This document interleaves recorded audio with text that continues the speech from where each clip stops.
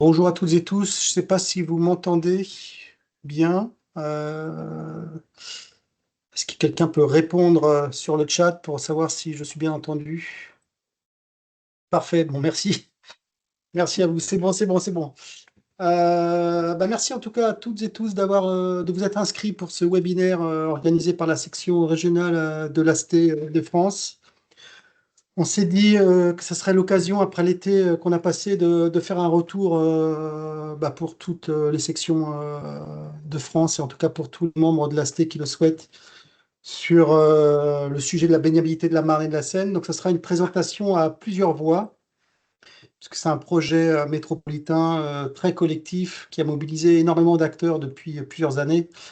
Qu'on sera dans la salle avec Claudine Jost du SIAP qui va parler, la DSEA, le Val-de-Marne avec Sheila Aboulouar, François Chaumeau pour le département de Seine-Saint-Denis, et puis l'établissement public de territoire Grand Paris Grand Est, Marie-Pierre Févé. Donc, ça sera l'occasion pour chacun un peu de présenter finalement le périmètre des actions qu'ils ont menées, mais surtout de montrer que voilà, ça a touché un peu tous les niveaux de l'assainissement d'Île-de-France pour arriver à relever ce défi qui était assez colossal. Je vous propose peut-être de commencer par poursuivre. En tout cas, alors je suis désolé, Sandrine, on va devoir passer par vous pour faire défiler puisqu'on n'a pas réussi à mettre sur mon poste le diaporama. Donc, il va falloir qu'on passe déjà à la slide numéro 4 et le contexte de ce projet un peu général, en tout cas sur les grands éléments. Vous êtes présenté par Claudine Jost du SIAP. Claudine, je vous laisse. Bonjour à tous, donc Claudine Jost, je suis responsable du pilotage système d'assainissement au SIAP et donc pour introduire ce webinaire, quelques éléments de contexte sur le petit cycle de l'eau à Paris. Donc le petit cycle de l'eau en région parisienne, c'est en réalité un très large territoire de collecte, 9,2 millions d'habitants qui sont raccordés sur ce territoire de collecte, avec plus d'un million de branchements, des effluents qui sont transportés et traités vers les 6 usines de traitement, dont 2 situées en amont de Paris, de la Seine à Paris, donc l'usine Seine-Amont ou Seine-Valenton et l'usine Mernaval. Donc, au total, chaque jour, 2,4 millions de mètres cubes traités en temps sec. On peut passer à la suivante qui décrit la complexité finalement des acteurs et la multiplicité des acteurs autour de l'assainissement en région parisienne. Donc la métropole du Grand Paris, c'est 11 EPT plus la ville de Paris, donc qui ont pris la compétence, ces EPT, elle a pris la compétence assainissement depuis leur création en 2016. Mais sur cette zone agglomérée parisienne, en tout, c'est 44 acteurs qui interviennent dans le système de collecte.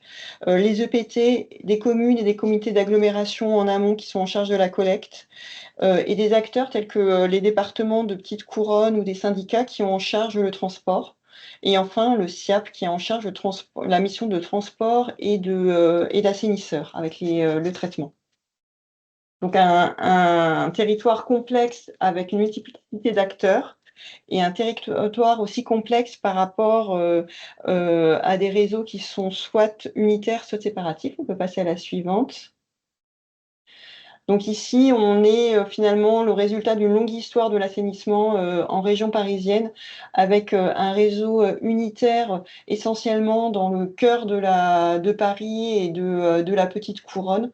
Donc c'est toutes les communes représentées en violet, et un réseau qui est séparatif plutôt sur les marges de la zone, avec un état de séparativité plus ou moins en bon état en fonction de l'âge des réseaux. Donc on est quand même sur des réseaux qui ont été pour la plupart mis en place et développés à partir des années 60.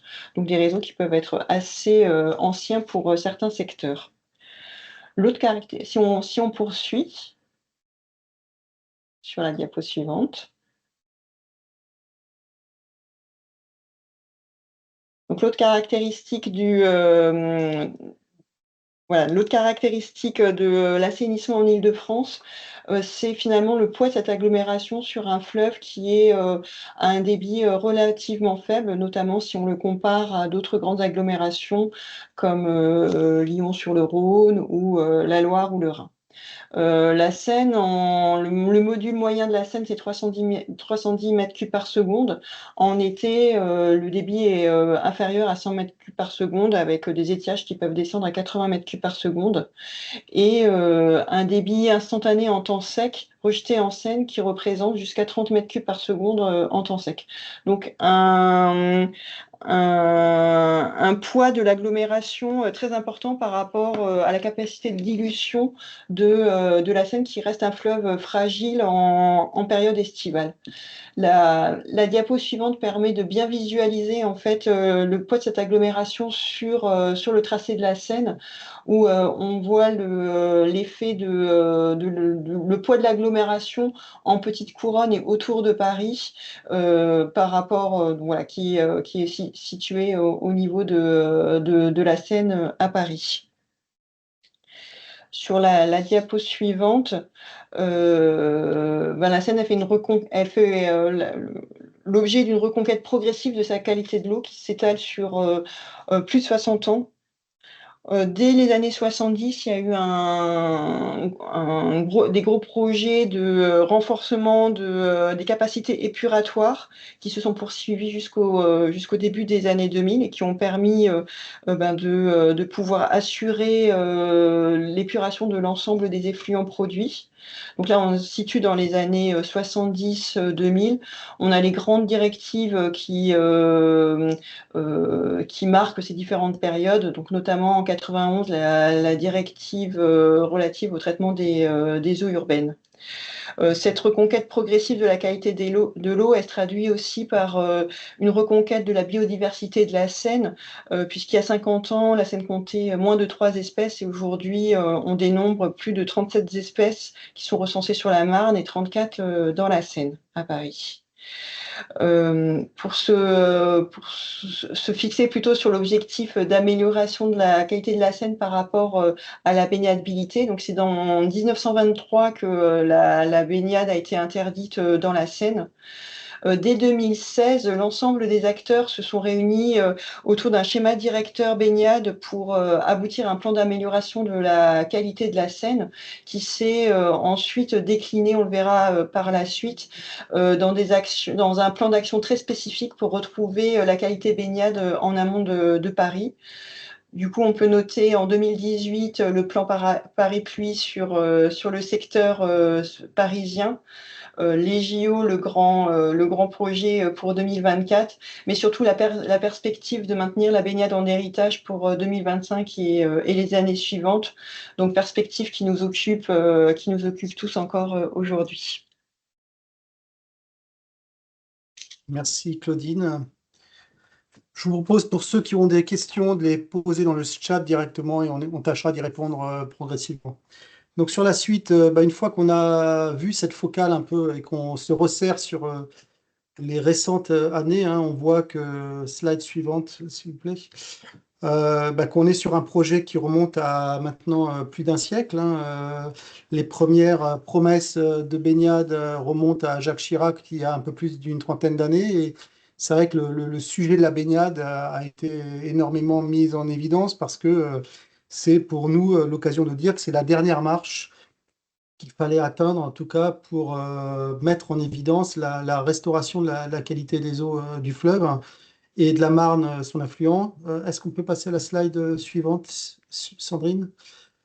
Et donc, c'est vrai que la candidature des Jeux Olympiques a été un vrai catalyseur, hein, puisque ça a été un vrai accélérateur sur l'ensemble des actions qui ont été menées ces dernières années, à la fois pour projeter les territoires sur en fait, la reconquête de leur fleuve ou de la Marne, avec se projeter sur la possibilité d'ouvrir des sites de baignade pérennes. Et donc, après la candidature, il y a eu un appel à manifestation d'intérêt métropolitain qui a permis de faire proposé en tout cas un peu plus d'une quinzaine de collectivités franciliennes qui représentaient à peu près un peu plus d'une vingtaine de sites de baignade potentiels.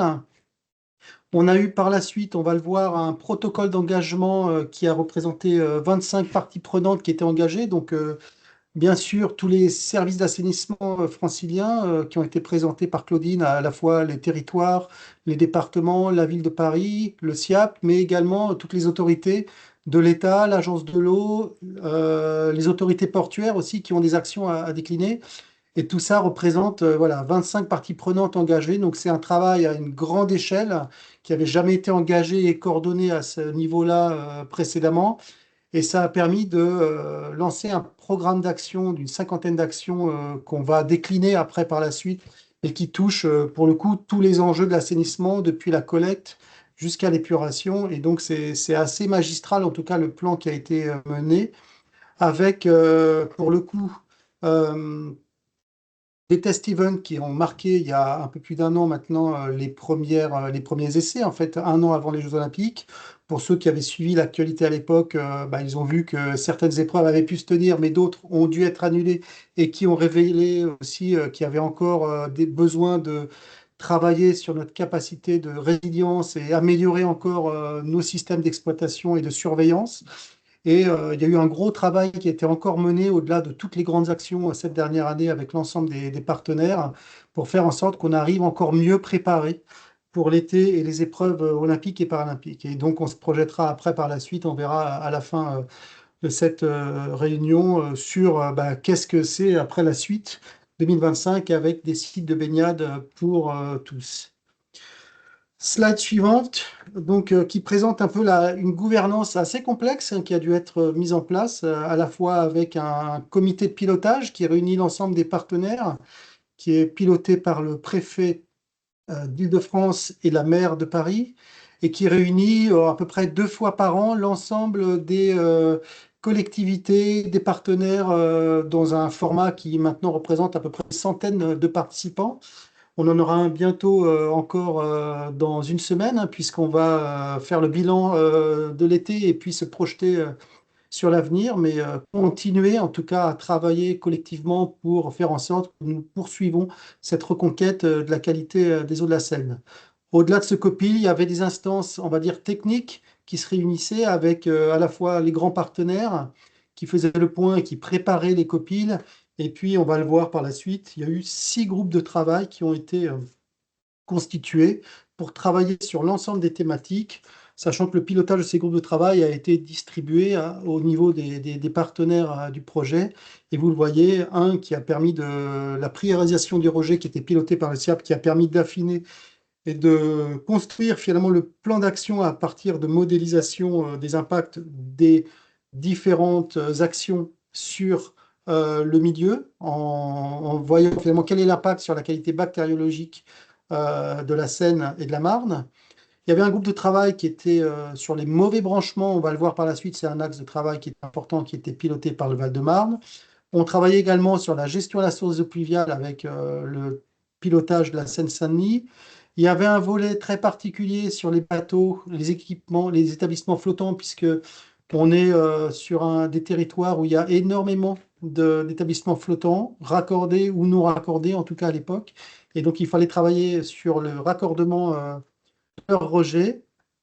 On a également dû développer un certain nombre d'outils de connaissance à la fois de la qualité du milieu, des outils de mesure, de consolidation de toutes ces données pour voir comment évoluer finalement la qualité au fil des années. Et puis, on a par la suite mis en place un gros travail sur le volet de la communication parce que ça s'est révélé aussi un axe majeur pour permettre une appropriation, en tout cas de la population d'Île-de-France sur les grands sujets. Voilà, donc Copil, en tout cas en 2018, qui a permis de formaliser ce protocole d'engagement. Vous voyez la couverture à la droite, c'est vraiment un document fondateur qui, avec l'ensemble des signataires, nous a tous projetés en tout cas sur ce que nous devions faire.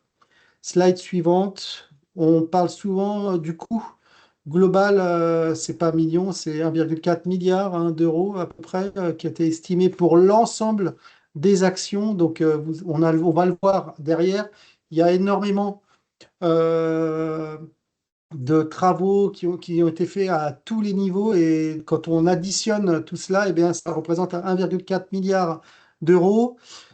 Certains font souvent le raccourci. Est-ce que c'est ça le coût de la baignade? En tout cas, alors non, ce n'est pas le coût de la baignade en fait, puisque finalement, sur ces 1,4 milliard d'euros, on va voir qu'il y a énormément d'actions qui sont en fait des actions plutôt réglementaires, qui sont liées aux enjeux de l'assainissement, qui, pour certains territoires, n'avaient pas forcément été mobilisés après-guerre et qui a permis d'accélérer en tout cas ces travaux. Et donc, on estime que voilà, le coût de la baignade, il se situe entre 5 et 10% de cette enveloppe de 1,4 milliard. Et tout le reste, ce sont des actions réglementaires que l'assainissement se doit d'accomplir pour faire en sorte que ces réseaux soient conformes, qu'on réduise nos déversements dans le milieu. Et c'était ça à peu près qui était engagé. Slide suivante. Claudine, peut-être? Ou est-ce que c'est moi? Je ne sais plus. Je peux le faire. Ok, merci. Mais je te redonnerai la parole pour le groupe de travail Mauvais Branchement. Donc là, c'est le Ok. résultat en fait de ce plan d'action qui a été partagé entre l'ensemble des acteurs, qui du coup est issu d'études sous forme de schéma directeur et qui ont permis aussi d'identifier des bassins versants les plus prioritaires sur la base de mesures complémentaires. Donc ce plan d'action, il est organisé autour d'actions plutôt à but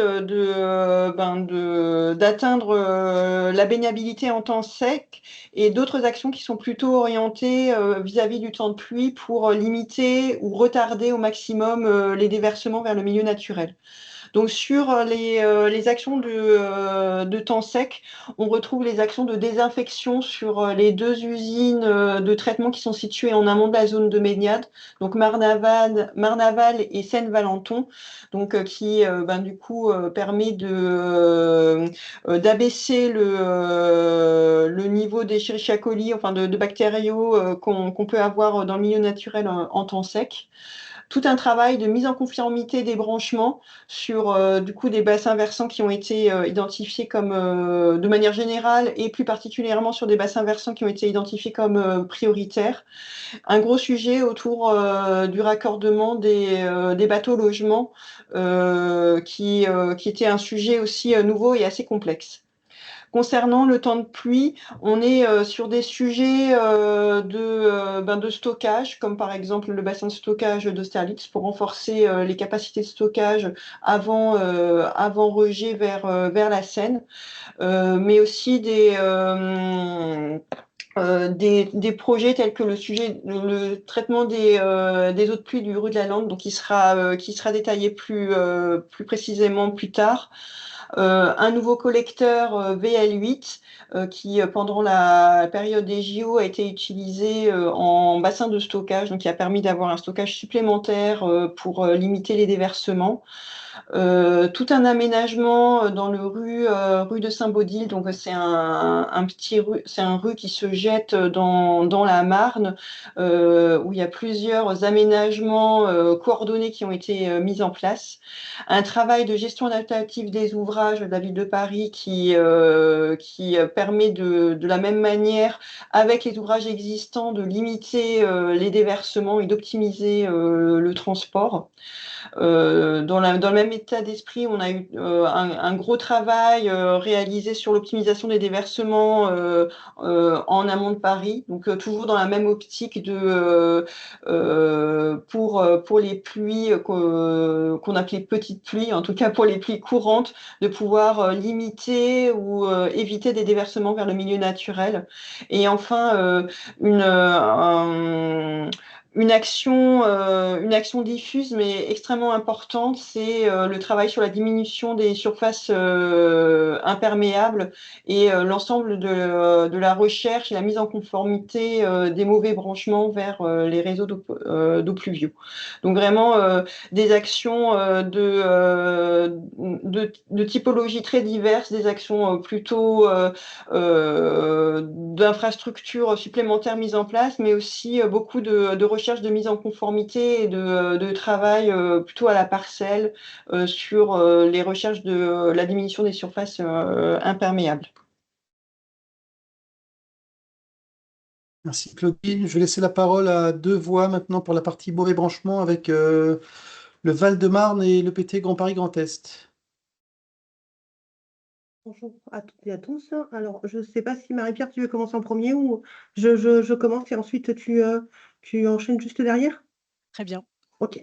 Alors, donc en fait, comme l'a dit Nicolas, il y avait donc un groupe de travail mauvais branchement qui a été donc piloté par le département du Val-de-Marne avec Grand Paris Grand Est sur son secteur qui était aussi qui a été mis en avant par rapport à des BV prioritaires. Donc l'objectif de ce groupe de travail, c'était de travailler donc sur la suppression de 25 niveaux mauvais branchement. Avec à l'époque, donc en 2018, l'état de la connaissance que l'on avait sur les différents secteurs. Bien sûr, donc enlever les eaux usées dans le réseau pluvial et les eaux pluviales dans le réseau d'eau usée. Diapo suivante. Donc, concernant donc, ce travail, hein, il a permis de partager les pratiques entre gestionnaires de réseau et d'identifier les difficultés actuelles auxquelles on était confrontés, de trouver donc également des levées d'action pour dynamiser les travaux de mise en conformité des branchements. Et ça a permis aussi de travailler en tant que collectivité, maître d'ouvrage d'assainissement et syndicats. On était à peu près une vingtaine à une trentaine au niveau des groupes de travail pour pouvoir assurer cette mise en conformité avant la période des Jeux olympiques et paralympiques 2024. Les premières réunions ont abouti à l'identification de besoins de connaissances des réseaux, car beaucoup en fait de secteurs, il n'y avait pas en fait d'études bien précises qui dataient de 2018. Donc il a fallu en fait mettre en place des études qu'on appelle études tripartites entre 2018 et 2019. Alors, concernant le département du Val-de-Marne, pour la partie tripartite, elles ont été coportées par le SIAP, le CD94 et les EPT. Donc, les 3 EPT qui sont sur le département du Val-de-Marne, donc PEMB, GPSEA et GOSB, sous pilotage donc, du département du Val-de-Marne, par le biais d'un groupement de commandes. Donc, on a travaillé à un cahier des charges commun, ce qui nous a permis aussi de faire des propositions d'un programme d'action global avec une priorisation, en ayant donc les mêmes objectifs. Et orienté donc, dans une optique baignade sur tous les sous-bassins versants qui étaient concernés, de travailler sur la mise en séparativité de réseaux unitaires à l'amont des secteurs séparatifs, de travailler aussi également à la création de réseaux d'eau usée et à la mise en conformité, bien sûr, de branchements sur les secteurs prioritaires. Le travail donc, a abouti à une priorisation adaptée par rapport au budget des collectivités, car c'était aussi un des axes sur lesquels il fallait travailler, et prenant en compte aussi les interactions entre EPT et département, ce qui, pour le département du Val-de-Marne, a abouti à un contrat, le contrat de territoire eau et climat du Val-de-Marne, qui a été signé donc, par les 3 EPT et l'agence de l'eau, et qui nous a permis aussi d'avoir des financements par rapport aux actions qui ont été étudiées et proposées dans le cadre de ces études tripartites.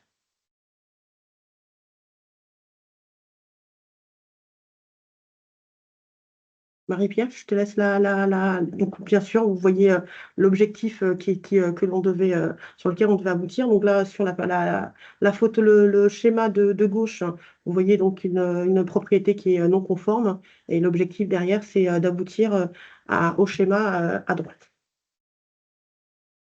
Je te laisse la main, Marie-Pierre. Merci. Bonjour à tous. Donc Marie-Pierre Fievet, je suis directrice de l'assainissement et de l'eau à Grand Paris Grand Est. Si vous pouvez passer à la diapositive suivante, s'il vous plaît.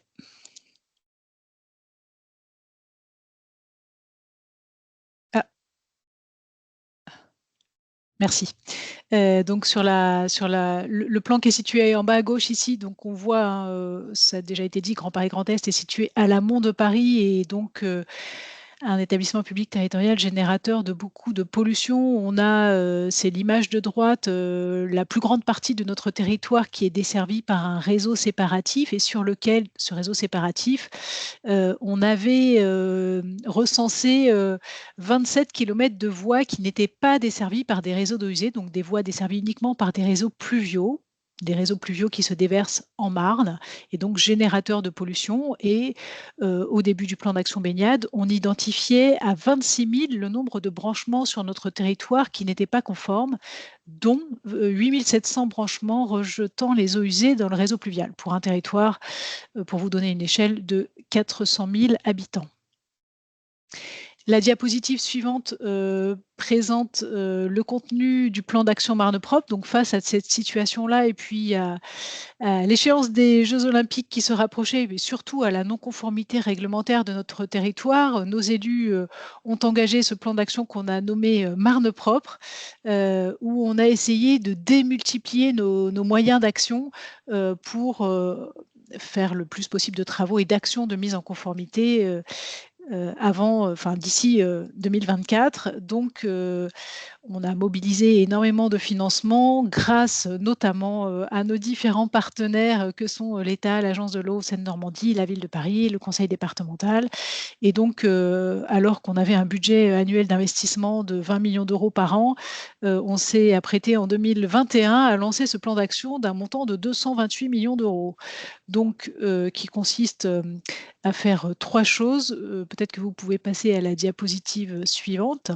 Donc, si vous cliquez une première fois, notre première action est de contrôler la conformité des parcelles une par une sur notre territoire, notamment dans les rues non desservies par un réseau d'eau usée, comme c'est le cas ici sur le plan que vous voyez.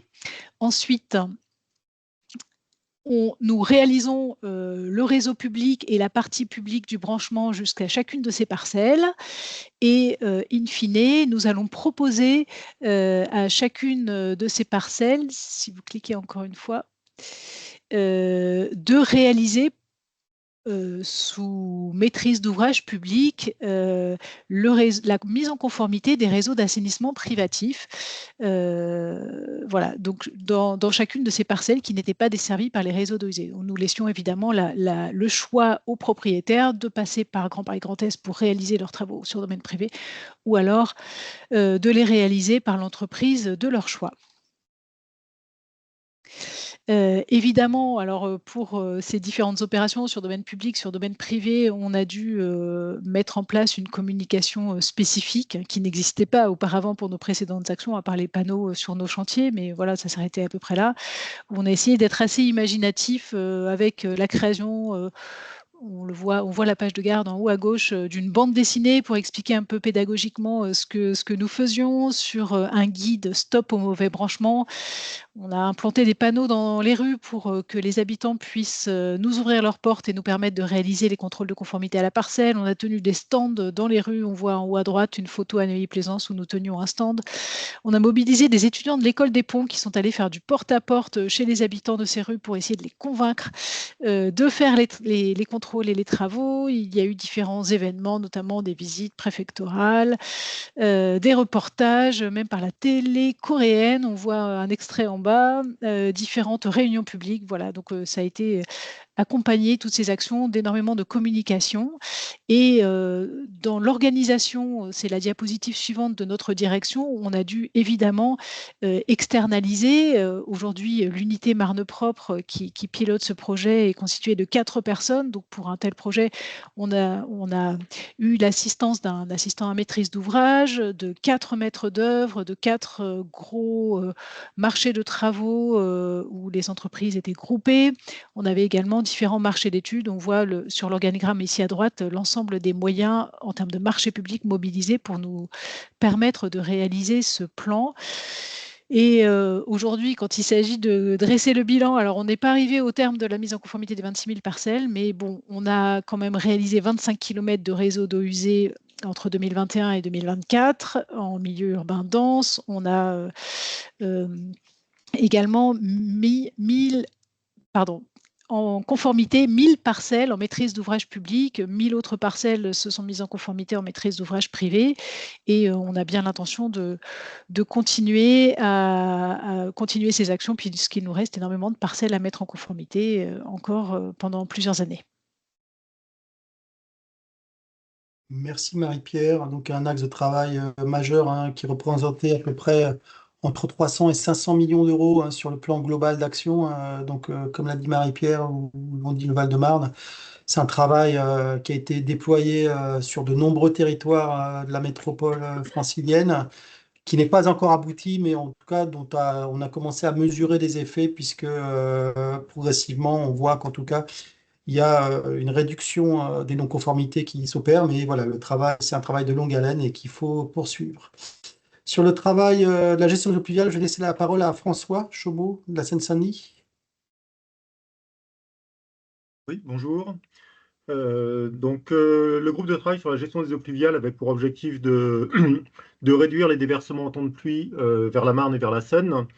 Et donc pour cela, ce qu'avait montré le schéma d'assainissement baignade à l'échelle de la zone SIAP, ce schéma avait montré qu'il était vraiment intéressant de réduire la surface active à l'échelle de la zone SIAP. Donc c'était l'objectif de ce groupe de travail. Donc ça passait par essayer d'œuvrer à la déconnexion des eaux pluviales, et puis pour les eaux pluviales qui ne pouvaient pas être déconnectées du réseau, inciter à une gestion, mettre en place une gestion régulée des apports au réseau d'assainissement. Donc c'est un travail plutôt, enfin, ce sont des actions de long terme hein, qui vont se poursuivre, enfin, qui vont être poursuivies par les différents maîtres d'ouvrage pour la baignade en héritage et puis globalement pour la bonne gestion du système d'assainissement en zone centrale de l'agglomération parisienne. Donc, est-ce qu'il y a eu, il y a eu un appel à contribution aménagement avec la pluie pour essayer d'inciter les aménageurs à présenter des projets vertueux et aider les aménageurs, les conseiller dans la préparation de leurs projets. Il a été essayé de mettre en place un observatoire de désimperméabilisation. Alors je dis essayer, ça paraît peut-être un petit peu, peu positif, hein. C'est qu'en fait on se rend compte qu'il est extrêmement quand même difficile de suivre, d'avoir des indicateurs un petit peu fiables et précis sur l'évolution de la désimperméabilisation et des apports au réseau. Pour cela, on a lancé une étude sur 2 bassins versants en Seine-Saint-Denis pour essayer de voir si à partir des mesures opérationnelles qui nous servent à la gestion du réseau, donc les mesures en réseau, on pouvait évaluer les surfaces actives et surtout évaluer sur des durées assez courtes l'évolution de ces surfaces actives. On s'est rendu compte qu'en fait, on s'en doutait un petit peu, que l'incertitude du calcul est quand même supérieure à l'évolution qu'on peut voir en quelques années. Ça serait sans doute quelque chose à reproduire, mais avec une temporalité un peu plus longue, c'est-à-dire faire cette évaluation, je ne sais pas, tous les 5 ans ou tous les 10 ans peut-être, pour voir quelque chose d'un petit peu significatif. Il a été mis en place un outil parapluie pour aider au choix de solutions de gestion des eaux pluviales à l'échelle des parcelles, hein, donc pour des surfaces de projets relativement petites, mais enfin, c'est quand même beaucoup de projets qui sont concernés. Donc, je vous ai mis le lien. L'APUR a édité un référentiel pour une gestion à la source des eaux pluviales dans la métropole. Donc, c'est un référentiel qui est composé de 3 cahiers qui peut être téléchargé sur le site de l'APUR. Donc, voilà quelques-unes des actions qui ont été menées par ce groupe de travail qui relève surtout d'actions, je dirais, de sensibilisation, de conviction auprès des aménageurs publics et privés, afin de réduire l'impact de l'aménagement sur le petit cycle de l'eau dans notre secteur. Merci François. Sur le sujet des bateaux établissements flottants, donc c'est un sujet très particulier hein, qui concerne pas forcément que l'Île-de-France, hein, puisque dans de nombreux territoires, on trouve sur les voies navigables de France ou les autres voies finalement des établissements flottants qui peuvent générer, s'ils ne sont pas raccordés à un réseau ou qui ne traitent pas leurs effluents, en tout cas des rejets dans le milieu. Et donc ça, c'était un vrai sujet en tout cas d'attention puisque ça génère une pollution locale qui est préjudiciable à la qualité bactériologique de la Seine en particulier et qui est donc assez problématique pour les questions de baignabilité. Donc on a pu bénéficier, grâce à l'effet olympique, d'une loi qui a permis, en tout cas, de rendre obligatoire dans Paris le raccordement des bateaux et établissements flottants dès lors qu'il y avait un réseau d'assainissement sur le quai. Et donc, Aropa et VNF, qui sont gestionnaires des ports dans Paris, ont réalisé près de 15 millions d'euros de travaux pour équiper tous les quais parisiens d'installations d'assainissement avec aspiration ou sous vide en général. Et donc, dès lors que ces travaux avaient été réalisés, eh bien, les propriétaires de bateaux qui avaient convention d'occupation du domaine fluvial eh bien, devait se raccorder dans un délai de 2 ans, comme à terre, alors sachant que c'est un statut particulier, hein, des établissements flottants, qui n'est pas comparable à des installations, on va dire, immobilières terrestres, et que donc il y a aujourd'hui, en tout cas en France, un vrai sujet d'attention sur ce sujet. Donc dans Paris, ça représentait à peu près 300 bateaux stationnaires. Les bateaux qui naviguent, c'est aussi un sujet, donc avec une grande vigilance pour éviter qu'en tout cas ces bateaux navigants ne dépotent pas en Seine et donc ils disposent de fosses, de cuves, en tout cas de stockage pour aller dépoter une fois qu'ils sont à quai. Donc il y a un gros trafic fluvial en région parisienne. Donc c'est un axe de travail qui a été résolu sur Paris, mais qui reste encore à déployer en amont et en aval, et bien entendu au-delà de la région parisienne, puisque c'est un sujet d'attention pour les autorités de l'État, et donc VNF aujourd'hui est en train de commencer à regarder des solutions alternatives, parce qu'un réseau d'assainissement à quai, c'est pas forcément toujours possible, ça n'existe pas toujours, mais il y a d'autres solutions à déployer, mais en tout cas c'est un vrai sujet d'attention aujourd'hui qui doit être partagé par de nombreux territoires. En tout cas, voilà, ça représentait une compétence nouvelle hein, pour nos services, puisque la compétence du contrôle du raccordement des bateaux avait été transférée par l'État à la ville de Paris. Et donc, nous avons accompagné ce transfert de compétences avec la formation de nos équipes, hein, qui assuraient souvent le contrôle des installations, on va dire, industrielles ou assimilées, et qui ont donc acquis une nouvelle compétence, puisqu'elles elles sont en charge du contrôle du raccordement des bateaux et que c'est un sujet assez important. On le verra pour la suite, en tout cas, quand on a une baignade pérenne à déployer. Slide suivante. Alors là, on va partir sur, au-delà de toutes les actions qu'on a évoquées tout à l'heure, de temps sec, des grands enjeux de mise en conformité des branchements, il y avait des grands ouvrages structurants qui devaient être construits et dont on va en décrire certains d'entre eux qui sont décrits par les maîtres d'ouvrage qui sont présents aujourd'hui et qui sont intervenants. Mais donc l'objectif, c'est vraiment d'améliorer la capacité du réseau à stocker, réguler ses flux pour limiter au maximum la fréquence des déversements, parce que c'est ça qui est visé avant tout pour des pluies alors de 3 à 6 mois selon les territoires, limiter les déversements pour ne plus avoir de déversements au-delà de ces limites. Slide suivante. Station d'épuration, Claudine. Alors, du coup, sur les ouvrages structurants sur les stations d'épuration, donc on n'est pas vraiment forcément sur le temps de pluie, mais là, on était vraiment sur un renforcement du traitement, notamment avec une cible sur le temps sec, et donc avec la mise en place de désinfections qui ont été mises en œuvre dès 2023 et qui ont fonctionné pendant tout l'été 2024 sur les 2 usines qui sont situées en amont de la zone de la Seine à Paris, donc sur Marne-Aval, avec un système de désinfection par UV. Donc ce système, il a été accompagné de la construction de 2 bassins. Un bassin amont de stockage, donc de 5000 m3, qui avait pour but du coup, de tamponner les premières pluies, et un bassin en aval, juste en amont de l'unité de désinfection, lui de 1000 m3, qui avait pour objectif de lisser le débit avant l'atelier de désinfection. Donc sur Marne-Aval, cette entité de désinfection, elle a permis de diminuer de 2,7 log en Escherichia coli le taux d'Escherichia coli. Donc un résultat qui était même au-delà de ce qui était attendu dans les études préalables. Sur l'usine Saint-Valenton, la technologie qui a été mise en place est une désinfection par acide performique, et où là également les abattements ont été très satisfaisants, puisque en Escherichia coli, on a permis d'obtenir un abattement de l'ordre de 2,3 log. Donc voilà les deux grosses infrastructures qui ont permis de renforcer le traitement sur les usines de traitement. On passe la parole à Sheila, peut-être. Oui, alors moi je vais vous parler donc de la station de dépollution des eaux pluviales à Champigny, sur Marne, donc station de dépollution qui traite le temps de pluie sur le bassin versant du Ru de la Lande, donc un des secteurs prioritaire qui a été identifié dans le cadre du groupe de travail rejet et donc qui a fait l'objet du plan d'action global. L'objet donc de cette station de dépollution des eaux pluviales était donc de traiter les eaux pluviales sur le bassin versant et donc qui était constitué donc d'un traitement des eaux par des grillages, une décantation et un système d'ultraviolet pour un débit de 700 litres par seconde. Comme vous le voyez, il y a deux lobes, donc il y a un lobe pour le traitement et le deuxième en fait sert de stockage à hauteur de 8000 m3.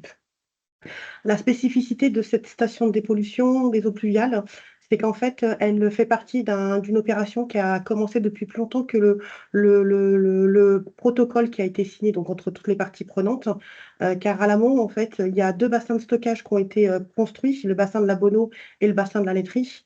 Et en fait, la station sert à dépolluer 90% des pluies du bassin versant du Roux-de-la-Lande, qui fait à peu près 1940 hectares. Le coût de la station s'est élevé donc à 52 millions d'euros et elle a été mise en service en avril 2024 et donc elle a fonctionné pendant la période des épreuves de baignade pour les Jeux olympiques et paralympiques. Diapo suivante.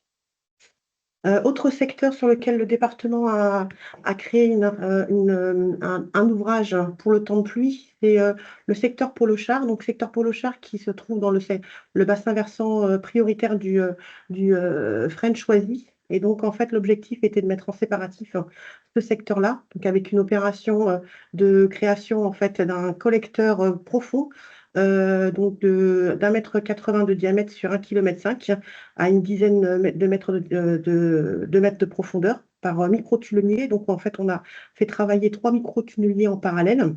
L'objectif était donc de reprendre tous les branchements des particuliers et des réseaux territoriaux sur le secteur et en parallèle de réhabiliter le réseau d'eau usée pour le créer en vocation EP.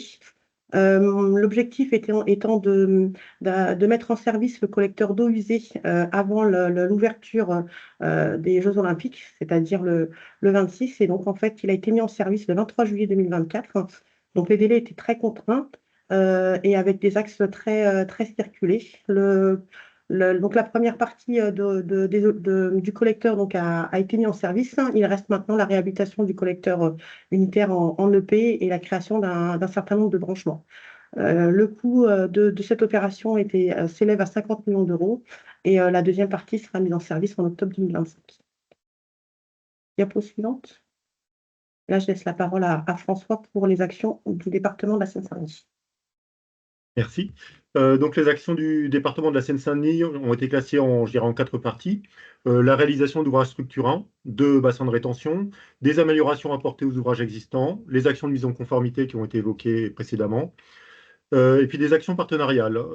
Donc, la maîtrise d'œuvre pour le compte du SIAP de la réalisation de 2 ouvrages, la refonte du déversoir Camille Tomou à Neuilly-sur-Marne et la création du siphon EU sous la Marne. Et un contrat de mandat de maîtrise d'ouvrage avec le territoire Grand Paris Grand Est pour la mise en conformité d'une partie du bassin versant. Donc, diapo suivante, s'il vous plaît.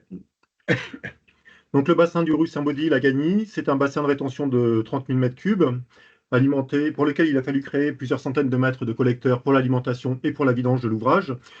Alors, c'est un bassin qui se trouve à la fois à l'aval d'un bassin versant unitaire et d'un bassin versant séparatif. Et qui se trouve aussi à l'amont d'un bassin versant séparatif. C'est le résultat de l'histoire de l'organisation de la région parisienne au fil des années, entre le département de Seine, Seine-et-Oise et l'histoire de l'assainissement. Donc, c'est un bassin qui avait à la fois vocation à supprimer pour les pluies courantes les déversements par les déversoirs d'orage de la partie unitaire du bassin versant et de reprendre les apports par temps de pluie du réseau séparatif qui était jugé, on va dire, dont la séparativité était jugée trop mauvaise pour pouvoir être mise en conformité à l'échéance 2024. Donc, c'est un bassin avec une double gestion pour des pluies courantes et pour les fortes pluies. Donc, pour les pluies courantes, on ferme les 2 branches du rue Saint-Baudile pour envoyer l'intégralité des effluents vers le bassin de rétention.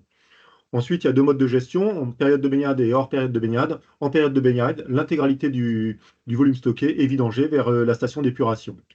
Et c'est là qu'on fait le lien avec le siphon sous la Marne et la modification du déversoir Camille Tomou. C'est que ces modifications étaient importantes, pour permettre de faire en sorte que la vidange du bassin du rue Saint-Baudile aille bien en station d'épuration et non pas, et qu'il n'y ait plus une partie de cette vidange qui surverse vers la Marne.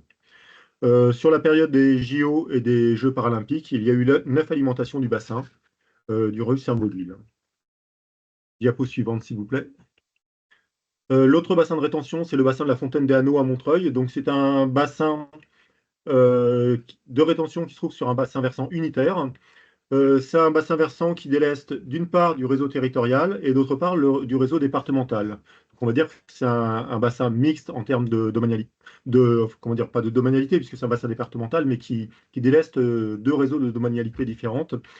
L'objectif de ce bassin, c'est à la fois de lutter contre les inondations pour les fortes pluies et aussi pour les pluies courantes, de réduire les déversements vers la Marne, juste à l'amont de la confluence avec la Seine, qui sont au niveau de la Croix de Chavaux, vers un collecteur, le collecteur du bois de Vincennes, donc qui traverse Vincennes et qui va jusqu'à la Marne en aval. Donc c'est un bassin de 21 000 m3. Comme pour le bassin du rue Saint-Baudile, il a fallu construire plusieurs centaines de mètres de collecteurs pour son alimentation. Ce bassin a été alimenté 10 fois sur la période JO et sur la période des Jeux paralympiques. Diapo suivante, s'il vous plaît. Donc, pour le bassin Guernica est un bassin qui avait été mis en service en 2002, un bassin de 21 000 m3, encore une fois à Montreuil, sur un bassin versant unitaire. Il est alimenté par 3 prises d'eau. 2 de ces prises d'eau étaient déjà équipées de vannes qui permettaient d'enforcer le remplissage pour les pluies courantes. La 3e prise d'eau a été également équipée d'une vanne à l'occasion des Jeux olympiques. Ce qui nous permet comme ça, grâce à ces 3 prises d'eau et à l'ensemble des vannes, de maîtriser les flux issus de l'intégralité du bassin versant amont. Donc il y a eu cette alimentation du bassin sur la période Jeux paralympiques. Voilà, et je cède la parole à la ville de Paris. Merci. Merci François. Donc, pour la ville de Paris, le plus gros ouvrage emblématique pour nous, ça a été la création de ce bassin de stockage qui récupère, dont l'objectif c'était de récupérer les eaux en rive gauche et en rive droite de collecteurs sur les secteurs à l'amont du bassin versant parisien pour éviter en tout cas des déversements pour des pluies jusqu'à 6 mois dans le centre de Paris, en tout cas jusqu'au site du Trocadéro, qui est un peu en aval du site des épreuves olympiques et paralympiques. C'est un ouvrage qui a nécessité la création d'un tunnel qui traversait la Seine, donc sous le lit de la Seine, qui récupérait à partir d'un puits en rive droite des eaux, donc des collecteurs de rive droite, des eaux d'un collecteur de rive gauche au niveau du 2e puits, au passage du puits de chute Val-Hubert, et qui cheminait ces eaux en gravitaire vers le stockage circulaire qui a été créé sous un square qui va pouvoir être maintenant réaménagé une fois que nous ayons livré en tout cas le terrain et au-dessus de la dalle, en tout cas nous avons rechargé avec de la terre pour permettre en tout cas de construire un espace vert avec des plantations assez importantes. Je pense que c'est un projet qui représente un peu plus de 100 millions d'euros de travaux qui regroupe à peu près, je pense, toutes les difficultés techniques qu'on peut avoir sur un projet de génie civil avec des infrastructures très importantes. Le métro aérien qui longeait le boulevard de l'Hôpital qu'on voit sur l'image. Un métro également en souterrain. On a la gare d'Austerlitz qui est à côté avec un énorme projet d'aménagement de la gare et qui est donc une coactivité très importante avec beaucoup de flux de véhicules de chantier. Un passage évidemment sous le lit de la Seine et donc avec un micro-tunnelier, avec donc une série d'injections qui étaient quand même nécessaires pour protéger les puits. Et puis, comme on était assez profond, puisqu'on est à peu près à 35 mètres de profondeur, on était dans la nappe alluviale et donc il fallait à la fois rabattre la nappe et ancrer de manière très forte le fond de cet ouvrage pour éviter qu'il ne se soulève. Voilà, donc c'est un chantier majeur qui n'était pas le seul dans Paris, mais en tout cas c'est le plus marquant en termes de volume et d'impact, puisqu'il représente à peu près 50 000 mètres cubes de stockage. Mais à côté de ça, et on le verra plus tard, j'en parlerai très rapidement, mais on a également réalisé toute une série de travaux qui sont moins visibles, moins emblématiques, mais qui étaient tout aussi indispensables, puisqu'ils ont permis de rehausser le niveau des lignes d'eau dans l'ensemble du réseau parisien jusqu'au Trocadéro, et de permettre en tout cas de maximiser la capacité de stockage de réseau, les capacités de transport également. Et on estime on a plus que doublé la capacité du bassin Austerlitz avec tous ces autres travaux. Donc on a récupéré entre 100 et 150 000 mètres cubes de stockage à travers tous ces travaux qui étaient nécessaires, très diffus, à la fois en rénovant nos automatismes, nos stations de gestion locale et en les modernisant. Et donc ça, c'était des travaux colossaux qui nous ont occupés ces dernières années. Sur la slide suivante, on voit quelques images de cet ouvrage, à la fois à gauche, avec tous les puits qui sont dans le fond du bassin. Et puis quelques photos où on voit un peu cette cathédrale souterraine, slide suivante également, donc qui a été inaugurée en mai, donc avec près de 4 ans de travaux qui a été livré dans les délais comme la majorité de ces grands ouvrages réalisés par l'ensemble des maîtres d'ouvrage. Donc c'était aussi un défi logistique et technique pour tout le monde, puisqu'on n'avait pas de possibilité de se tromper, en tout cas de déraper dans les délais, parce qu'il fallait être absolument prêt dans les temps pour que les rendez-vous olympiques de l'été puissent se tenir. Slide suivante. Le dernier groupe de travail qui nous a occupés était piloté par la ville de Paris. C'est ce qu'on appelle le groupe Amélioration de la connaissance de la qualité de la Seine et de la Marne.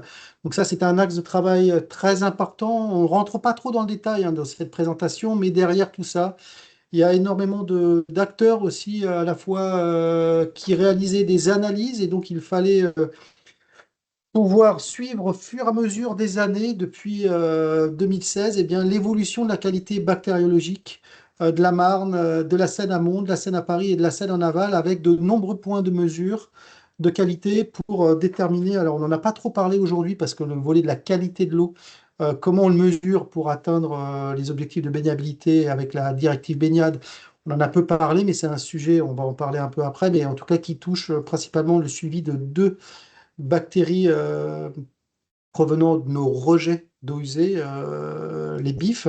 Et donc, il fallait les mesurer à la fois avec des mesures en laboratoire qui sont normées et qui sont suivies par l'ARS. Et puis, on a dû développer au fur et à mesure des années des outils, on va dire, d'analyse qui soient beaucoup plus rapides, puisqu'une analyse en laboratoire normée par l'ARS, ça représente 48 heures entre le prélèvement et le résultat. Et ça, c'est des délais qui sont incompatibles avec un besoin de gestion active d'une baignade. Et donc, il a fallu tester plusieurs appareillages automatiques en tout cas, et puis consolider toutes ces données pour avoir une évolution longitudinale finalement de la qualité entre l'amont et l'aval de Paris au fur et à mesure des années, en voyant l'évolution à la fois en fonction de la météo, de la pluviométrie qui impacte très fortement la qualité du milieu.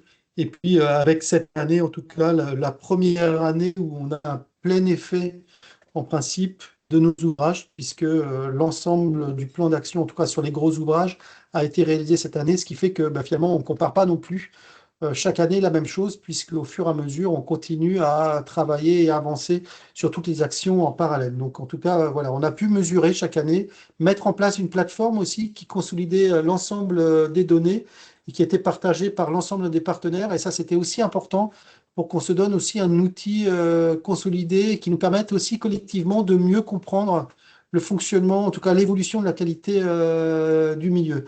Sur la slide suivante, ça reprend un peu ce que j'ai décrit, c'est-à-dire les différents types d'analyses, les microplaques, donc ce sont les analyses en 48 heures qui sont reconnues par les autorités sanitaires, mais on a aussi développé, en tout cas avec des prestataires, des analyses plus rapides qui prenaient à peu près 24 heures et qui nous permettaient de gagner du temps, en tout cas sur la réponse de la connaissance de la qualité du milieu.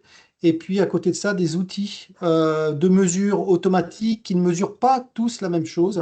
Et en tout cas, celui qui a été retenu, in fine, après différents essais ces dernières années, pour nous, c'est un outil qui nous permet d'avoir en haute fréquence, c'est-à-dire qu'on peut paramétrer jusqu'à toutes les demi-heures une mesure, mais qui nous permet surtout de détecter en fait les pollutions qui peuvent survenir sur les bactéries, enfin sur les deux paramètres bactériologiques.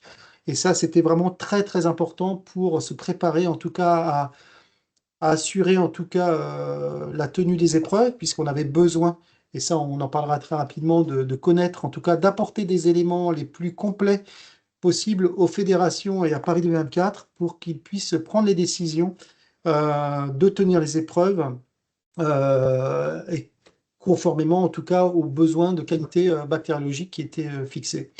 On verra également, c'est un axe de développement majeur aussi pour la connaissance du milieu et surtout pour la baignade en héritage, puisqu'on a besoin de ces outils d'analyse rapide pour être en capacité d'ouvrir et fermer les baignades en fonction de ce que l'on détecte. Et les analyses laboratoires ne permettent pas cela, en tout cas, elles permettent de qualifier la baignade et de suivre, d'avoir une autosurveillance et de correspondre en tout cas aux analyses qui sont réalisées par les autorités sanitaires, mais ce n'est pas ces analyses-là, en tout cas en laboratoire, qui nous permettent d'assurer cette gestion active. Sur la suite, on va parler, on va faire un focus un peu plus sur la période qui nous a occupé cet été, en se disant quand même qu'on était dans un moment particulier, à la fois avec une visibilité mondiale et qu'on ne pouvait pas se permettre, en tout cas, d'avoir le moindre problème. Et en tout cas, le seul paramètre qui faisait que c'était incertain ne pouvait être que de notre point de vue la météo. Et en tout cas, pour ceux qui auront suivi l'actualité, on n'a pas été bien gâtés, ou en tout cas, la météo a été particulièrement capricieuse cet été, puisqu'on a eu très fréquemment des pluies et surtout dans la suite de la saison hivernale de l'année précédente, finalement, des très forts débits de la Marne et de la Seine qui ne nous ont pas non plus aidés. Et donc, il fallait en tout cas tout faire en sorte, du point de vue de l'exploitation, de la gestion et des process qu'on partageait ensemble, de faire en sorte qu'en tout cas le fonctionnement du réseau était optimal et qu'on n'avait pas de problème et qu'en dernier ressort, eh bien, seule la météo pouvait nous impacter. Donc sur la suite, eh ben, nous, en tout cas, pour vous présenter un peu ce qu'on a fait à Paris, on a mis en place une activité nouvelle pour se sécuriser et fiabiliser notamment tout ce qui pouvait survenir sur la Seine. Et ça, c'était aussi un des enseignements de l'été dernier, 2023, puisqu'on s'était rendu compte qu'au-delà de tous les grands travaux, tous les grands ouvrages qui étaient réalisés, il fallait davantage consacrer de surveillance sur nos équipements, parce que un équipement défaillant, une vanne mal refermée, peut générer un problème, et ça, on ne pouvait pas se le permettre. Donc, on a mis en place des équipes qu'on a construites sur la base d'un volontariat au départ, et donc on a eu près d'une soixantaine d'agents volontaires du service d'assainissement de la ville de Paris. Et on a construit deux piliers à faire, qui est à la fois une surveillance de tous nos déversoirs, qui étaient contrôlés quasiment tous les jours par plusieurs équipes, des équipes qui contrôlaient tout ce qui se passait sur les quais. Et là, il y avait une activité débordante. À la fois sur les quais, il fallait contrôler bien sûr le raccordement effectif des bateaux, parce que on s'est rendu compte, évidemment, il suffit d'avoir même un bateau raccordé, mais avec un tuyau qui fuit, pour générer une petite pollution diffuse qui pouvait dégrader la qualité. Et donc, en tout cas, ça, c'était un sujet majeur. On a dû trouver, expérimenter des nouveaux moyens de locomotion, puisque c'était quand même très compliqué de se déplacer dans Paris, à la fois en amont de la cérémonie d'ouverture, eh bien, tout le périmètre du bord de Seine était fermé. Et donc, il fallait trouver des moyens finalement de se déplacer autrement qu'en fourgon. Et c'est là on a accéléré finalement aussi une mutation du service, en se disant qu'il y a peut-être des activités qui mériteraient d'être mobilisées avec d'autres moyens. Et on a testé des vélos électriques, des vélos cargo, et finalement c'est quelque chose qui a été assez pertinent et efficace, puisque ça nous permettait d'avoir une réactivité dans nos déplacements qui était assez importante.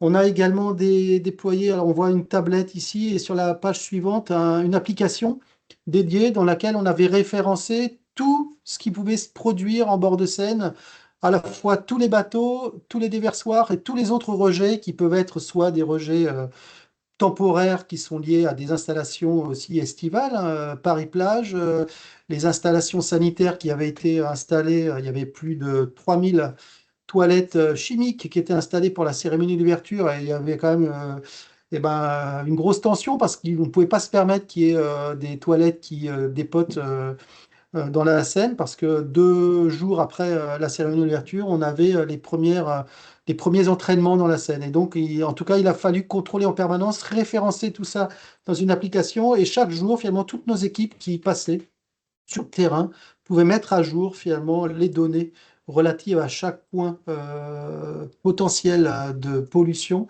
finalement mettaient à jour l'état de ce qu'ils avaient vu, pouvaient mettre des photos, et ça nous a permis d'être extrêmement réactifs à chaque fois quand on soulevait des problèmes, et bien de réagir tout de suite, soit directement, soit en faisant intervenir le gestionnaire du port quand on voyait qu'il y avait un problème.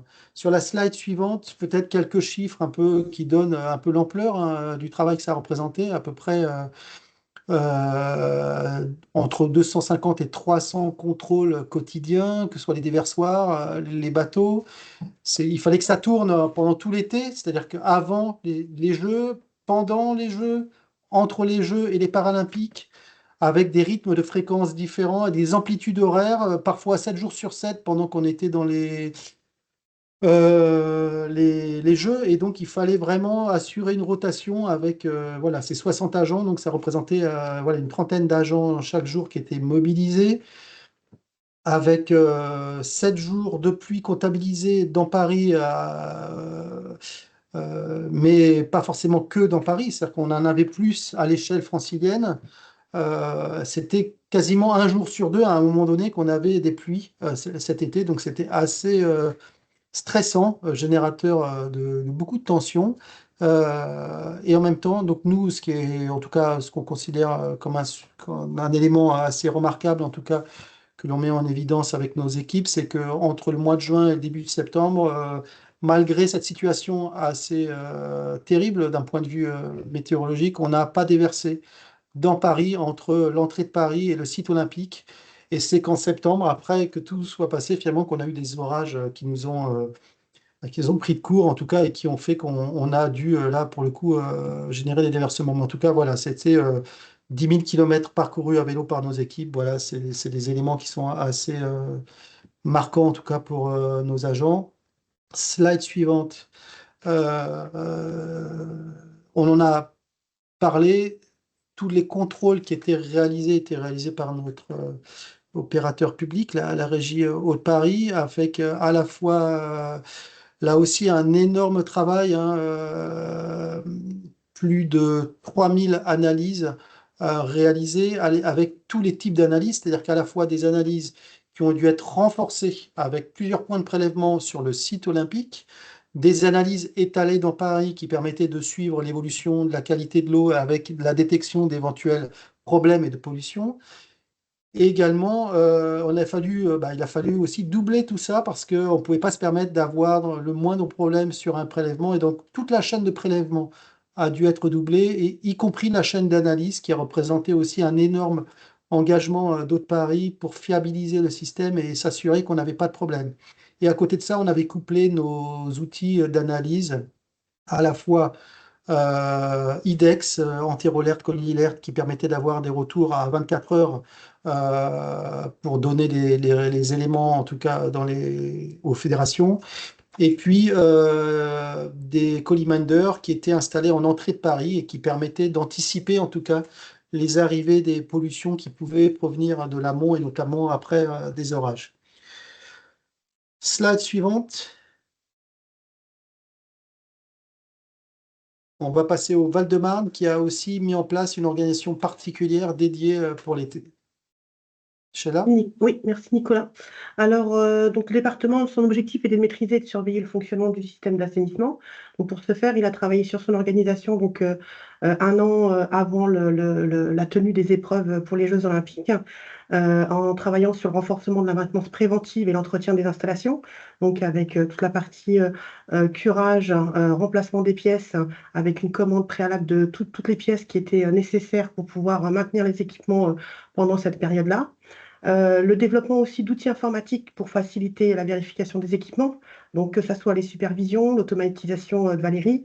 On avait mis en place en fait des vérifications par des opérateurs le matin et l'après-midi avec des fiches spécifiques pour pouvoir regarder toutes les installations qui avaient été définies sensibles pour qu'on puisse regarder rapidement s'il y avait des problématiques au niveau de la supervision.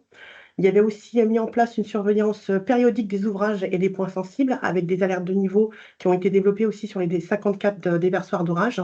Les ouvrages dits sensibles, il y en avait plus d'une soixantaine au niveau des stations électromécaniques et au niveau du réseau d'assainissement, il y en avait plus d'une trentaine. Et donc, en fait, toutes les semaines, il y avait une vérification complète avec des agents qui étaient dédiés sur le terrain. Donc, des agents de 3 personnes qui vérifiaient les 60 stations dites sensibles sur la semaine. Et concernant le réseau d'assainissement, c'était des vérifications bien spécifiques toute la semaine qui étaient bien programmées pour pouvoir faire les descentes en réseau. Il y a eu aussi des tournées terrain qui ont été renforcées, une astreinte assez complète. Alors habituellement, on est 4 personnes d'astreinte en temps normal. Sur la période des Jeux Olympiques, il y avait 11 personnes qui étaient d'astreinte. Et on a aussi mis en place sur les différents secteurs des curos dédiés en travaillant avec nos prestataires et aussi avec les curos du département. Parallèlement à ça, on a mis en place aussi des investigations en Seine-et-Marne, en lien avec donc la ville de Paris, mais aussi avec l'Adriat, avec des tournées périodiques par bateau, 2 tournées spécifiques sur la Seine et la Marne pour aller vérifier les déversoirs d'orage. Et comme je l'ai dit tout à l'heure, des investigations ciblées avec les différents points qui avaient été identifiés. Diapo suivante, s'il vous plaît. On a travaillé parallèlement aussi à la transmission des données quotidiennes. Donc, on était un certain nombre d'acteurs de l'assainissement à fournir ces éléments quotidiennement pour pouvoir faire du reporting en Cotec, ne serait-ce que pour analyser les différentes situations, que ce soit par temps sec et par temps pluie, quelles actions devaient être mises en place rapidement pour pouvoir résorber une pollution si elle avait été détectée. On a travaillé sur la gestion des situations d'urgence en réseau avec des équipes dédiées. Dès qu'on avait une détection de pollution, que ça soit lié aux analyses qui étaient faites quotidiennement ou visuellement par des personnes qui pouvaient nous appeler ou par des agents qui étaient sur le terrain, que ça soit aussi en station, en Seine et en Marne. Donc en fait, on envoyait 3 types d'équipes, une en station, une en Seine, en tout cas une sur le milieu naturel et une en réseau pour pouvoir identifier les sources potentielles de pollution. On a géré aussi les pollutions accidentelles, donc autres que celles des eaux usées, donc type hydrocarbures, en lien bien sûr avec les entités ad hoc, c'est-à-dire pompiers, etc. Donc il y avait bien là-dessus aussi des équipes qui avaient été identifiées, formées et avec des procédures qui avaient été établies auparavant. Et tout ça s'est fait bien sûr en travaillant avec les acteurs externes, que ce soit les EPT, les syndicats ou les prestataires, où on était en relation régulièrement en fait avec ces acteurs-là pour qu'on puisse avoir une action qui soit la plus optimale possible. Diapo suivante, s'il vous plaît. Là, c'est l'organisation que l'on a mis en place pour pouvoir travailler et surveiller le système d'assainissement pendant toute la période, à partir du 1er juillet jusqu'au 3 septembre. Donc, avec une cellule pilotage du système d'assainissement qui rendait des comptes au Cotec, à l'Adriat, et puis qui travaillait aussi sur la partie cellule de crise. Et donc, qui a récupéré les informations de la surveillance terrain du réseau, des équipements du réseau et du milieu naturel, donc avec des équipes dédiées. Une surveillance croisée par les 2 PC. Nous avons un PC Valérie et un PC sécurité, donc avec des opérateurs qui faisaient les vérifications 2 fois par jour. La surveillance des déos autosurveillés avec les outils qui avaient été développés bien en amont pour pouvoir avoir des alertes régulières. On avait mis aussi en place une cybersurveillance, à l'instar de ce qu'a fait le SIAP et la ville de Paris par rapport à une possible cyberattaque. Et on a mis aussi en place des référents déversement en cas en fait de mauvaise qualité du milieu naturel par rapport aux mesures qui auraient pu être faites, que ce soit par la ville de Paris, le département ou l'Adriat, pour pouvoir derrière se mettre en cellule de crise et identifier les actions à mettre en œuvre. Et bien sûr, on avait une équipe pollution accidentelle, comme je vous l'ai dit tout à l'heure, en parallèle. À côté, sur la partie astreinte, on a mis en place une astreinte décisionnelle, une astreinte cadre, une astreinte cybersécurité, une astreinte réseau avec 2 personnes, une astreinte électromécanique avec 2 personnes, et la tournée des équipements avec 3 personnes qui travaillaient donc du lundi au dimanche, et donc 24 heures sur 24. Et le processus de cellule de crise qui fait appel aussi à d'autres personnes qui rendaient des comptes, bien sûr, à la cellule pilotage du système d'assainissement pour pouvoir remonter les informations aux autorités et à la cellule de crise qui a été mise en place par le Cotec de l'Adriat. Voilà. Diapo suivante, s'il vous plaît. Parallèlement à ça, donc comme l'a expliqué tout à l'heure Nicolas, il y a, par rapport au GT connaissance et amélioration de la connaissance du milieu, il a été décidé de mettre en place un système de mesure sur toute la Seine et la Marne pour pouvoir assurer le contrôle de la qualité. Et donc le département a suivi 19 points sur 34 avec son laboratoire départemental. L'objectif était donc de détecter une pollution accidentelle et qui pouvait donc perturber l'organisation des épreuves en scène. Les paramètres qui ont été suivis et donc qui ont été évoqués juste avant, c'est Escherichia coli et les entérocoques, avec des résultats en 24-30 heures. Et la période de suivi était du 1er juillet au 3 septembre, tous les jours, week-end compris. Et on a une subvention de l'Agence de l'eau à hauteur de 80%. Là, je repasse la parole à Nicolas. Merci, Sheila. Et donc, pour compléter tout ça, finalement, on avait mis en place une plateforme qui permettait, qui était partagée et qui était alimentée au fur et à mesure des productions de données par les différents opérateurs, Val-de-Marne, d'autres producteurs de données à l'amont, et puis dans Paris, et ce qui a permettait d'avoir en temps réel, finalement, au fur et à mesure que les résultats des analyses sortaient, de pouvoir consulter l'évolution de ces données laboratoire sur les deux paramètres, on voit colis et entérocoque, et puis d'avoir également une vision des coliminders qui se produisaient. On avait un deuxième tableau de bord qui était dédié au site olympique, qui était pour le coup plus confidentiel, on va dire, et qui était partagé avec les fédérations Paris 2024, les autorités de l'État, la préfecture, la DRIEAT, et qui permettait de suivre pour le coup quasiment, enfin tous les jours, 2 fois par jour, parce que parfois il y avait des analyses plusieurs fois par jour sur le site olympique, puisqu'on avait 2 prélèvements à différents horaires pendant la période des Jeux, qui permettaient en tout cas d'alimenter en permanence les données qualité des analyses 24 heures en laboratoire et de voir l'évolution des coliminders qui étaient en entrée de Paris et de voir en tout cas l'évolution de la qualité de la scène sur le site olympique. On avait également, et ça, la slide suivante, toute une comitologie qu'on avait dû mettre en place de manière particulière, qui n'est pas forcément reproductible, qui ne l'est pas du tout d'ailleurs pour chaque été, mais qui permettait en tout cas de nous mettre tous les jours autour de la table. On avait tous les jours un COTEC à 17 heures en visio qui réunissait voilà, les grands acteurs, Météo France, Paris 2024, la DRIEAT, la préfecture d'Île-de-France, et qui permettait de faire le point sur la météo, le fonctionnement des réseaux d'assainissement, l'état des déversements en cours ou passés, de faire un point sur la qualité dans Paris, sur le site olympique, en amont du site olympique dans Paris et en amont sur la Seine-Amont et la Marne, et qui permettait, avec la prévision météo, d'essayer de projeter un peu la qualité qui allait être celle qui serait au rendez-vous le lendemain matin à 3h30, puisqu'il y avait le jour des entraînements ou le jour des épreuves.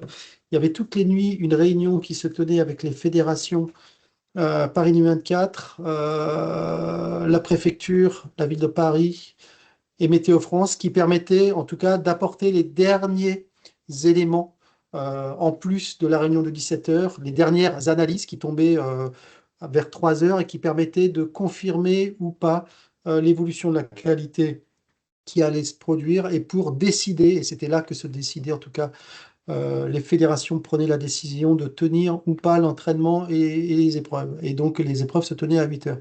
Et donc, ça, en tout cas, on a connu des grands moments, puisque c'était, pour le coup, on a eu des événements qui ont dû être reportés en raison de la qualité et de la météo. Et donc, ça a été des moments assez compliqués, parfois avec des annulations d'entraînement, des reports d'épreuves. Et malgré tout, en tout cas, slide suivante, on voit, on a pu tenir toutes les épreuves dans un contexte quand même extrêmement difficile en termes climatiques. Et malgré tout, on voit que, voilà, en tout cas, ça a été un véritable succès. Puisque toutes les épreuves qui étaient prévues dans la Seine se sont tenues. 2 épreuves de triathlon femmes, hommes, un relais mixte, des épreuves de marathon 10 km, qui se sont tenus, hommes et femmes, avec un débit, vous l'avez vu, hein, pour ceux qui ont vu les épreuves, extrêmement fort, qui nécessitait à contre-courant de remonter vraiment en bord de Seine pour ne pas être embarqué par le courant, en tout cas pour ne pas perdre de temps.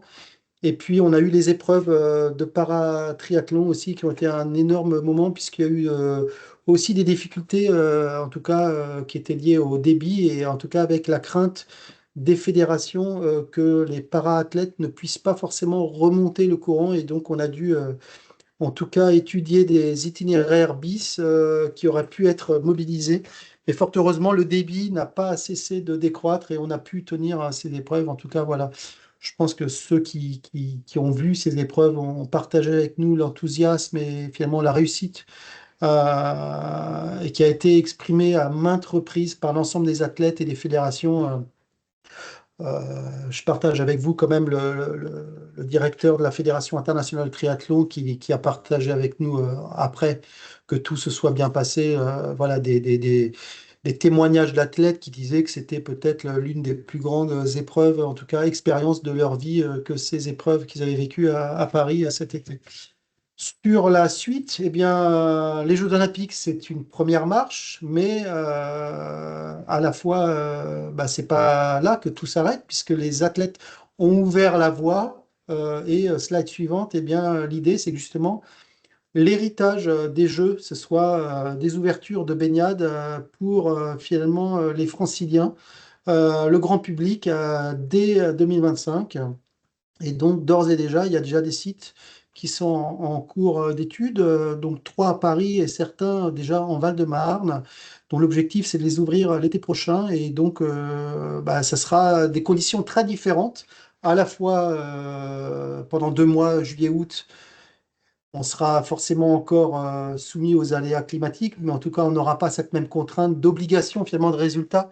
C'est-à-dire qu'un jour, de mauvaise qualité, eh bien, on se retrouvera à fermer la baignade, ce qui n'était pas possible. Vous l'avez bien compris, hein, pour les Jeux, il fallait absolument que l'on réussisse.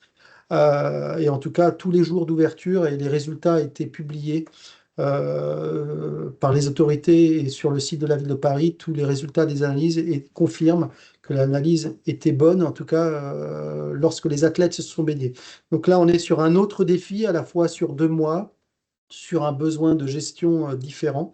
En tout cas, le but, c'est vraiment de maintenir l'effort collectif et de permettre justement bah, maintenant au grand public de profiter de cette expérience. Slide suivante. Voilà, et donc, eh bien, pour y parvenir, eh ben, nous devons poursuivre les études, les profils de baignade qui sont en cours d'études à Paris et en amont pour qu'ils soient transmis à l'ARS et puis qu'un débat s'ensuive pour affiner les mesures de gestion active de la baignade et pour permettre en tout cas d'ici l'été prochain d'autoriser l'ouverture de ces sites avec, et c'est pour ça qu'on a un COPIL qui se réunira la semaine prochaine sous l'égide du préfet de région et de la maire de Paris avec l'ensemble des partenaires, c'est bah, comment maintenant on continue à travailler ensemble et comment on poursuit finalement ce plan d'action et notamment avec le volet des mauvais branchements, avec l'accompagnement encore, on l'a pas forcément souligné beaucoup, mais l'agence de l'eau Seine-Normandie a été un levier, en tout cas un acteur incontournable qui a mobilisé des financements considérables, hein, puisqu'on estime que plus de la moitié du plan d'action a été financé par l'agence de l'eau. Et donc, sans le soutien de l'agence de l'eau, ça n'aura pas été autant possible. Et donc, il y a eu en tout cas des aides mobilisées, voire majorées, en tout cas pour les territoires à enjeu baignade, et notamment pour accompagner les mises en conformité des réseaux et des branchements. Voilà, et donc eh bien, on va arriver au terme de ce webinaire avec à la fois les contacts que vous avez ici des intervenants. Pour celles et ceux qui seraient sur Paris, on vous recommande, là on fait un petit clin d'œil, de venir voir l'exposition que l'on a ouverte au musée des égouts de Paris, qui rappelle un peu l'histoire de la baignade, qui n'est pas nouvelle, hein, mais qu'on a parfois oubliée, puisque ça fait 100 ans qu'on ne s'était pas baigné, en tout cas de manière autorisée dans ces conditions. Et en tout cas, voilà, on rappelle un peu toute cette histoire et comment on est arrivé collectivement à construire et à restaurer finalement cette qualité avec l'ensemble des partenaires. Au final, je pense que c'est quelque chose, voilà, en tout cas, tous ceux qui sont autour de la table, qui sont exprimés, ont contribué de près ou de loin, ont eu l'occasion de voir des épreuves, parfois de se baigner aussi dans la Seine euh, ou dans la Marne. Et c'est vrai que c'est une expérience énorme, riche d'émotions. Et en tout cas, on vous invitera à venir, pour celles et ceux qui le souhaitent ou qui seront en région parisienne, à venir profiter de ces baignades héritage dès l'an prochain.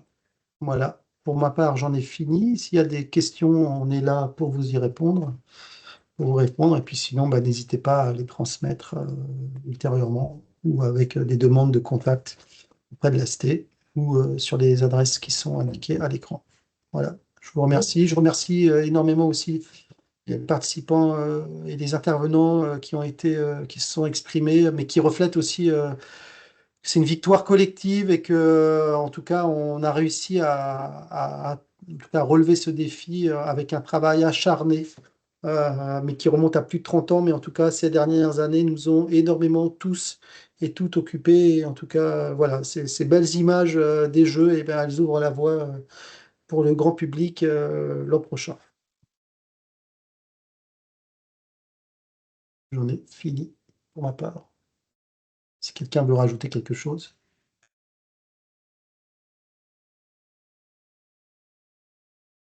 Ben, je propose qu'on s'arrête là. Je vous dis merci à vous. Il y avait quasiment une centaine de participants. Et puis à une prochaine fois. Au revoir. Au revoir. Au revoir.